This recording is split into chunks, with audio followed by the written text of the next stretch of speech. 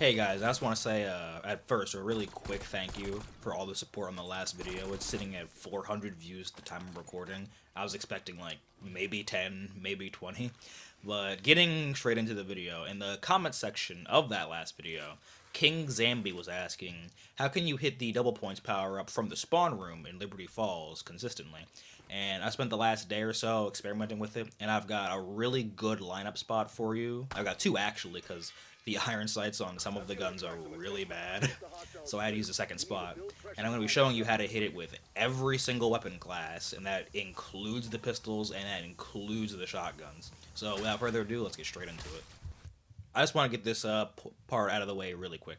For anyone that doesn't know the exact location of the double points power up and what exactly we're aiming at, it's right here. You can see it best from the backyard with the crafting table towards the back half of the map. Now getting into our main chunk of video, the important information, is this. This is our second lineup spot actually on the roof of the gas station. So with the pistols and the shotgun I mentioned, you're going to be mounted right here aiming up at the water tower and heading down into street level. Now this is going to be our main home for the rest of the video, is the hood of the police car. We're going to be mounted up right here. We're going to be aiming just over the top of the LTG crafting table.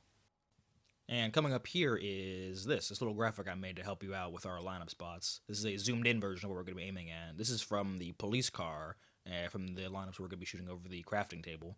And this is the lineup for the top of the gas station with those pistols and the shotgun I had mentioned earlier. And just to give you a better idea of what it is we're going to exactly be aiming at, because it is going to be very small and hard to see from down where we're going to be at spawn, is this. This is the LTG crafting table from the main quest Easter egg, and we're going to be aiming just barely over the top of it from down in spawn to the police car, just barely over top of it, past it, and to the double points at the water tower.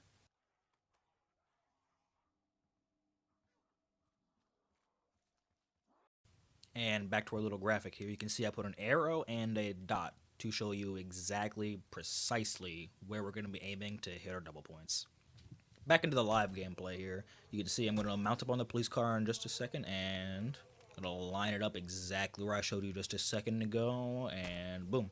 One shot, first try, double points, right in spawn on round one. And I've chosen for all of these to show usually two, sometimes three weapons from each class, just so you can like see that it is the same spot, weapon class wide for each lineup. If there are any edge cases, I will point them out, tell you that you want to be aiming at a slightly different spot. And same thing here with the AIMS 85, aiming at the same spot. And a nice little tip I have noticed is that if you're aiming a little too low, you can see the dust from your bullet impacts hitting the crafting table. So you know you have to aim just the tiniest bit higher to be on target and hit the double points. Now going into the SMGs, you can see that it's almost the exact same spot, but it's just the tiniest tiny bit higher, because on average the SMGs have a slower bullet velocity than the assault rifles. And you'll see through the rest of the video that, especially with the pistols and the shotguns, that the slower the bullet velocity, the higher you're going to have to aim up. Something else you'll notice throughout the majority of the video is I wanted to use only the iron sights, or really low, or the lowest magnification scope I could find for each gun, just so I could show you guys that you really don't need like a big giant scope to hit any of these shots. It'll probably take you, when you're first starting out, maybe a magazine or two, but after you get the hang of it, it shouldn't take you more than 5 to 10 bullets. That's what it took for me after I started practicing. Now moving into the shotguns and the Marine SP specifically here. You can see this is going to be our first class. They're going to be significantly different with where we're going to be aiming at.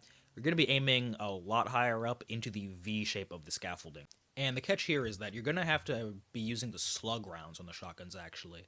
But the craziest thing is that I think you don't actually need the slug rounds. When I was testing to see if there was a maximum distance that the normal shots, like the normal spread shot, would like disappear at, I could not find a distance that I would not get hit markers on zombies from, so it might be possible with normal rounds. Now onto the ASG-89, and this is actually also the first one where we're going to be aiming from the top of the gas station. And this is also going to be possibly the hardest one to hit. You're going to be aiming really high up into the guardrail section at the top section of the water tower to hit our target. Same thing as the Marine SP, slug rounds. But also, similar to the Marine SP, I could not find a range where I wasn't getting hit markers on zombies while I was testing. So that leads me to believe the same thing, that it is possible to hit that double points all the way from spawn with just the normal shotgun rounds. Now moving on to the LMGs, you can see that it's basically the same lineup spot as the assault rifles, as the LMGs across the board have a similar bullet velocity to the assault rifles, and you'll notice that in general, anything fully automatic you have a much easier time hitting that shot on the double points power up. And for these clips you can see I chose the XMG, and in this one here I chose the PU-21. Double point. Speeding into the marksman rifles now, and the Sarkov specifically, you're going to be going back to the gas station roof actually, and you're going to be basically shooting directly at it, just the tiniest bit above it. For anyone curious, by the way, I chose the Sarkov and the SWAT 556 because the Sarkov and the DM10 are basically the same. You shoot the same location, similar bullet velocity.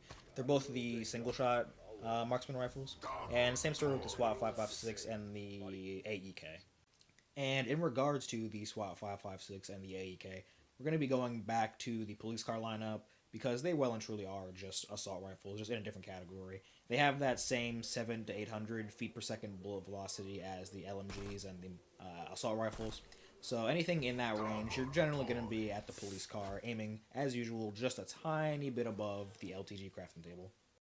Now moving on to the sniper rifles, we're going to be going back to the gas station rooftop, and we're going to be aiming at basically the same location as we were for the Sarkov 7.62. And for these two clips, I chose the Frost line with the iron sights because it actually reminded me of the spawn room ballista way back from Origins. And the LR762, I chose to actually leave the scope on, just in case anyone out there would be using the scope in their own games.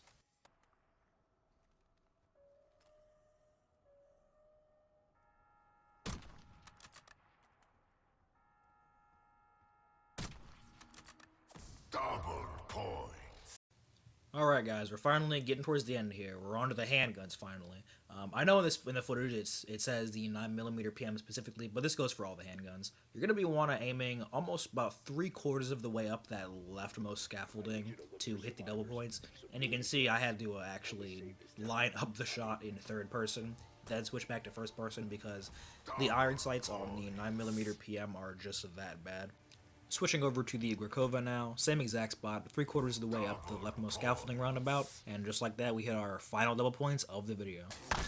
Now, I hear you asking me, what about the rocket launchers? And I have you covered somewhat, kind of. In my testing, and you'll see in the footage, in my testing, for whatever strange reason, the actual water tower itself, the scaffolding and the main part up top, doesn't have collision with rockets. Rockets just pass straight through it. But you'll also see in the footage that I somehow got the double points power up. And that's because you have to directly hit the double points power up itself with the rocket to get it. You can't activate it with splash damage from the rocket like the other power-ups around the map because there's just no collision on anything near it for you to hit the splash damage off of. So, as far as I'm aware, it should be technically possible to hit it from the spawn room with the launchers, but for the life of me, I could not do it. If anyone out there can do it, I would honestly love to see it. I'd put a bounty on it if I could somehow. So now here at the very end of the video, this final clip is just to show you that if you're fast enough and you hit the double points right away when you spawn in, and then you kill every zombie in the spawn room, including the ones trapped underneath of and inside of the cars, you can get 4,000 points right away on round 1. But other than that, same as last video, if you guys have any ideas or questions you want answered, I'd love to test them out for you, because this was like a lot of fun, and I'm honestly probably going to do this every time I do spawn in on Liberty Falls now, just because of how easy it is. I thought it was going to be like way harder, but it's not at all. And that's all I got for you though, guys. So let the rest of this clip play out, and I'll see you all later.